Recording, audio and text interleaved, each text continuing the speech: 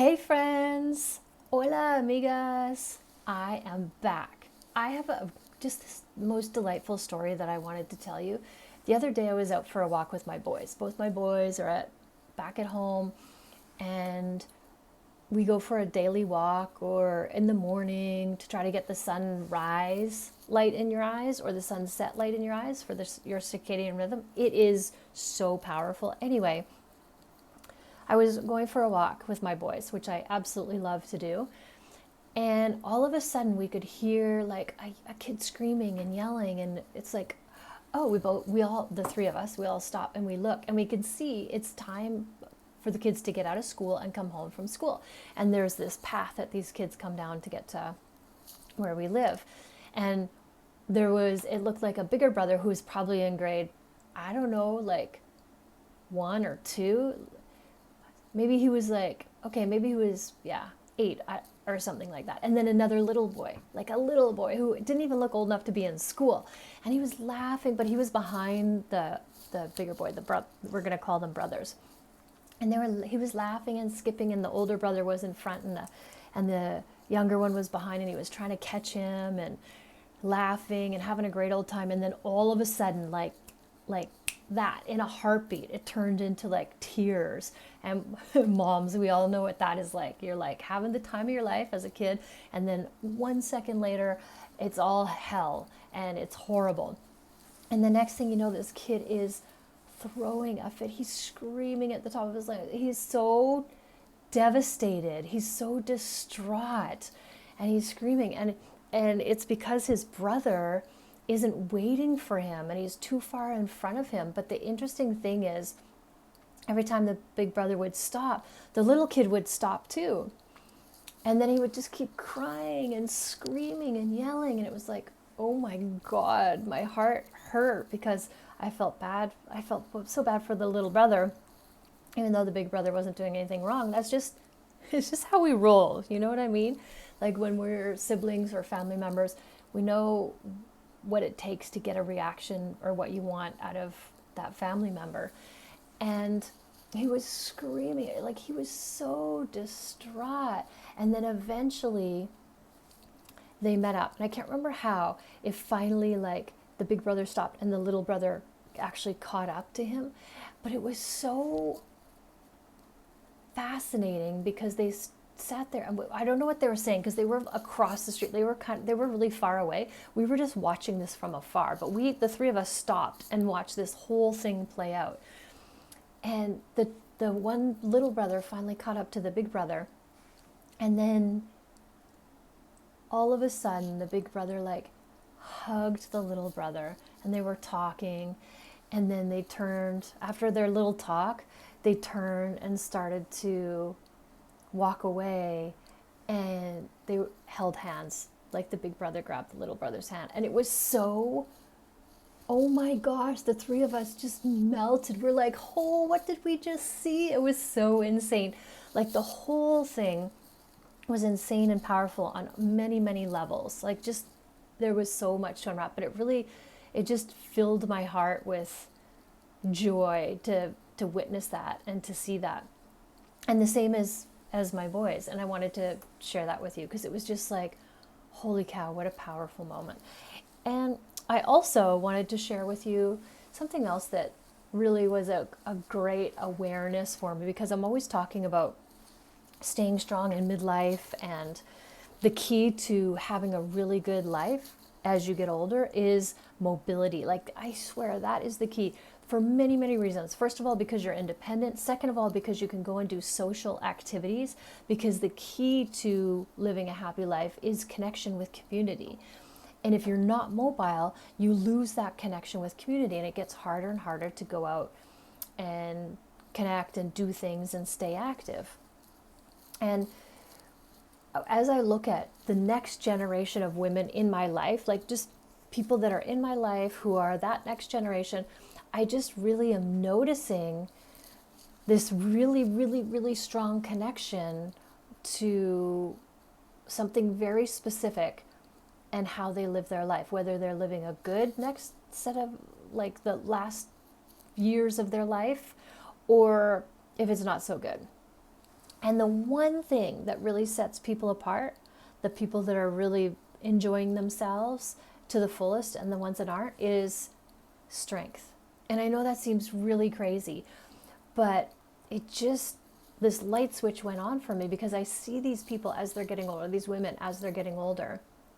And when you hit 80, 83, this is according to my mom and her friend, 83, things really change. Like it's a tough year. Your body changes. You can't do the things you used to do. Like I think over time that happens for every year, but 83 was just boom, it's going to like slap you in the face and really you're going to have to sit up and take notice.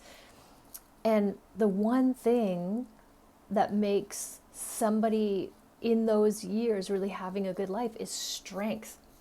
And not just internal strength and fortitude. I'm talking about physical strength.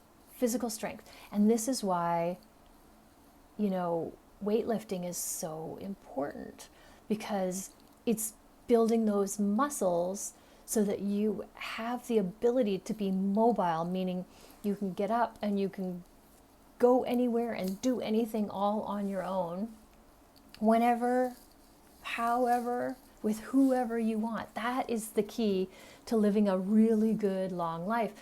But the interesting part about it is that, ladies, it starts now. Like us in our 50s. Well, it started a long time ago, but because we're in our 50s, it's like, let's just talk about where we're at, shall we? And that means we got to lift those weights. We got to be strong. The person with the biggest legs, with the strongest legs, will win. Will win the good life at a old age contest, because those legs will take you wherever you want to go. And I'm saying this because I notice as my mom gets older, she's shrinking, and then as she's shrinking, it's hard for her to get around. Like, her balance is a thing. That's the biggest thing for her. And she's tough as nails, and she just goes and does everything. But her balance is what's slowing her down. And she also exercises. She has been swimming 3 times a week for her whole entire life. She's a really good swimmer, but swimming isn't building muscle. That's the key. And as she shrinks, it's because her muscles aren't as strong, her bones aren't as strong from impact activities and sports or workouts or any kind of physical activity that really builds muscle. And I'm taking note because, ladies, if we want to know what we're going to look like or what our lives are going to be like, we just take a look at our mothers. So I'm really, really taking notes when it comes to this and thinking, because I am lifting weights 3 times a week, but I don't like it. But it just encourages me to do it more and be like, girl, you're on the right path, because strength is the key.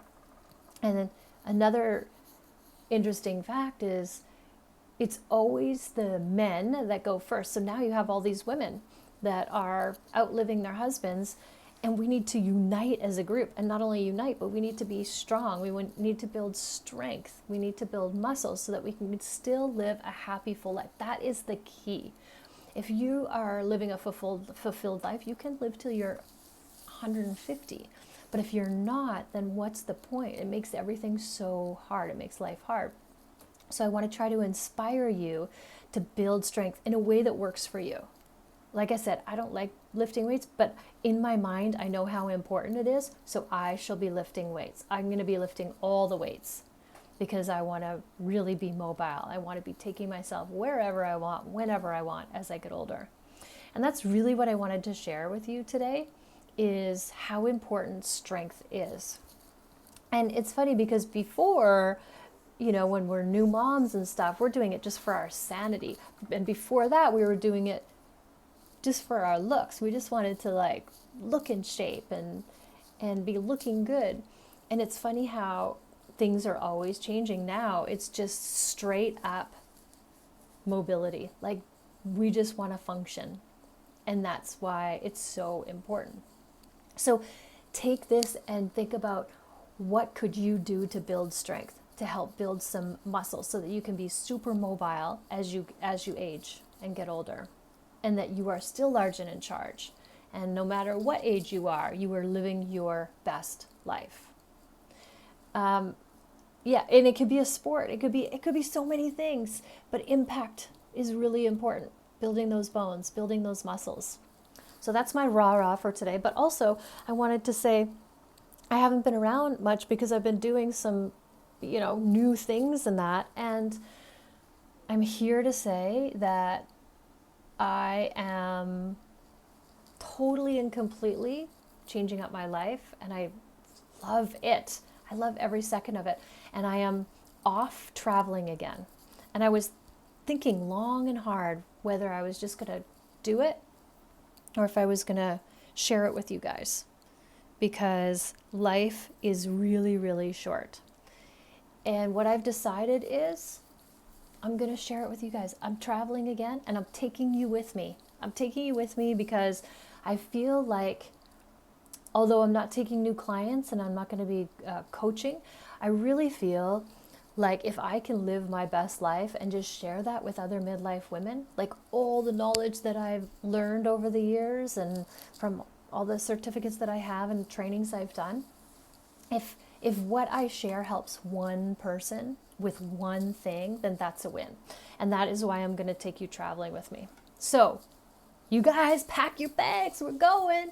Actually, we're here. You can see right now. This is my new background because I am in Tokyo. So I'm traveling through Southeast Asia, and I am taking you ladies with me. So thank you for listening. I hope you get something out of this. I'm going to be sharing my travel stories. I'm going to be, hopefully, my mission in life is to inspire you to live your best life when you're in midlife, whatever that looks like. And I'm telling you what I do because I want you to go like, if she can do it, I can do it. But yours is going to be something different. Yours might not be traveling throughout Southeast Asia or whatever that is. But whatever that is, whatever that dream is in your heart, I want you to go out there and do it. And I want to inspire you to do it. So if this helps you in any way, shape, or form, then that's a win for me. And that's a win for you. So as always, thank you for listening. Always, always, always love yourself first and have an amazing day.